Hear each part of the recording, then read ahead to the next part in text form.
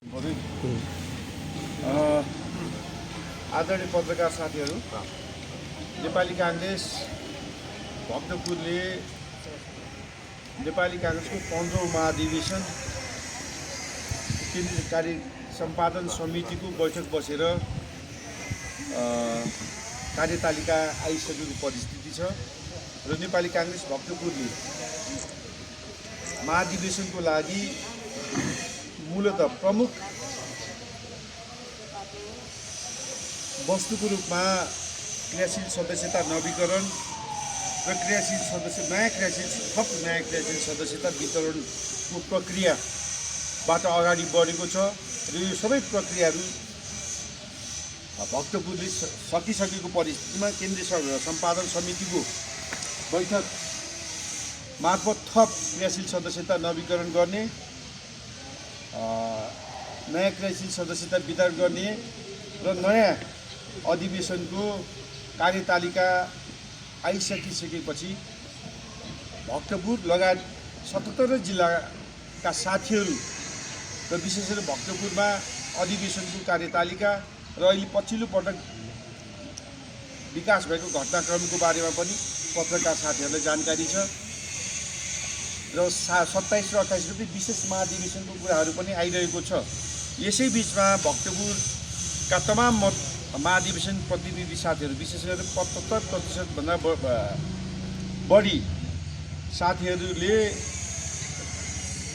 नियमित महाधिवेशनको पक्षमा हुनुहुन्छ र केही साथीहरू जिल्लाभन्दा बाहिर र केही साथीहरू हिजो एउटा खालको परिस्थितिमा हामीले हस्ताक्षर गरेका थियौँ र हामी अहिले विशेष महाधिवेशनको पक्षमा छैनौँ।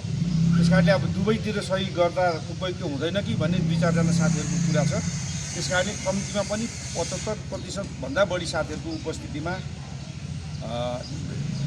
केन्द्रीय समितिको निर्णयअनुसार र पार्टीका विधानहरू अनुसार हामी अगाडि बढ्ने छौँ भन्ने साथीहरूको प्रतिबद्धता आइसकेको परिस्थिति छ। त्यस कारण यो बारेमा नै जानकारी गराउँ। नेपाली काङ्ग्रेस भक्तपुरले क्रियाशील सदस्यता नवीकरण, अरू जिल्लामा के भइरहेछ थाहा छैन, तर के छ भने भक्तपुरमा क्रियाशील सदस्यता हाम्रो 82% भन्दा बढी, त्यही होइन सचिवज्यू, 82.5% साथीहरूले नवीकरण गरिसक्नु भएको छ र थप 25% भन्दा बढी क्रियाशील सदस्यता नयाँ हामीले वितरण गरेका छौँ र भक्तपुरमा काङ्ग्रेसप्रति आकर्षित छ। तर सामाजिक सञ्जालमा अहिले केही पार्टीका साथीहरू हामी चाहिन्छौँ, हामीले गर्छौँ, पुराना राजनैतिक दललाई गाली गरेर आफ्नो एजेन्डाहरू केही छैन तैपनि नाना थरीका उम्मेदवारहरू आइरहेको परिस्थिति छ। त्यो बारेमा पनि जानकारी गरौँ।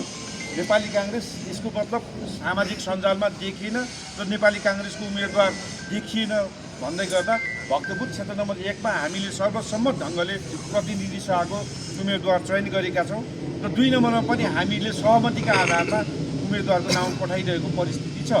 यसबाहेक पनि भक्तपुरमा योपालि केन्द्रले भक्तपुरलाई न्याय गरिरहेको परिस्थिति छ। 14औं महाधिवेशनदेखि 3 जना हाम्रा केन्द्रीय सदस्यज्यूहरू हुनुहुन्छ र सबैको प्रयासले हाम्रो 3 जना साथीहरू समानुपातिकको बन्द सूचीमा परेको जानकारी तपाईँलाई गराउँछु। आदरणीय गणेशमान चक्रधरजी, विनोद काष्टजी र केन्द्रीय सदस्य गङ्गा लक्ष्मी अवालजी बन्द सूचीमा परेको कुरा पनि तपाईँहरूलाई जानकारी गराउँछौँ र राष्ट्रिय सभाको लागि पनि हामीले प्रयास गरिरहेका छौँ। राष्ट्रिय सभामा अहिलेसम्म भक्तपुरको प्रतिनिधित्व भएको छैन। राष्ट्रिय सभामा पनि अब आज सहमतिको वातावरण बन्छ, सबै राजनीतिक दललाई एकै ठाउँमा राखेर एउटा सहमतिको वातावरण राष्ट्रिय सभामा सहमति गरेर अथवा गठबन्धन गरेर अथवा एक्लै निर्वाचन लड्ने भन्ने कुराहरूको केन्द्रीय नेतृत्वहरू त्यो बारेमा वार्ता गरिरहेको परिस्थिति मैले आफैले जानकारी प्राप्त गरेको कुराको मैले तपाईँलाई जानकारी गराएँ र राष्ट्रिय सभा पनि हामी सबै भक्तपुरका काङ्ग्रेसीहरूको अग्रज नेता लगायत सबै पुस्ताको चाहिँ भक्तपुरमा बाट पनि योपालि राष्ट्रिय सभामा प्रतिनिधित्व हुनुपर्छ भन्ने कुराहरू हाम्रो केन्द्रीय जिल्ला कार्य समितिको बैठकले पनि हामीले निर्णय गरिसकेको परिस्थिति मैले तपाईँहरूलाई जानकारी गराएँ। अब यसै बिचमा अब हामी निर्वाचनको तयारीमा पनि छौँ र पार्टीको अधिवेशनको तयारीमा पनि पुस 16 गतेदेखि हुने अधिवेशन क्रियाशील सदस्यता सबै जिल्लाबाट आइ नपुगेको 26वटा जिल्लाबाट मात्रै क्रियाशील सदस्यता नवीकरण र नयाँको इन्ट्री भइसकेको र अरू बाँकी जिल्लाको बाँकी रहेको कारणले केन्द्रीय कार्य सम्पादन समितिको बैठकले नयाँ कार्यतालिका प्रकाशित गरिसकेको छ। त्यो कार्यतालिका तपाईँहरूको हातमा पुगिसकेको छ।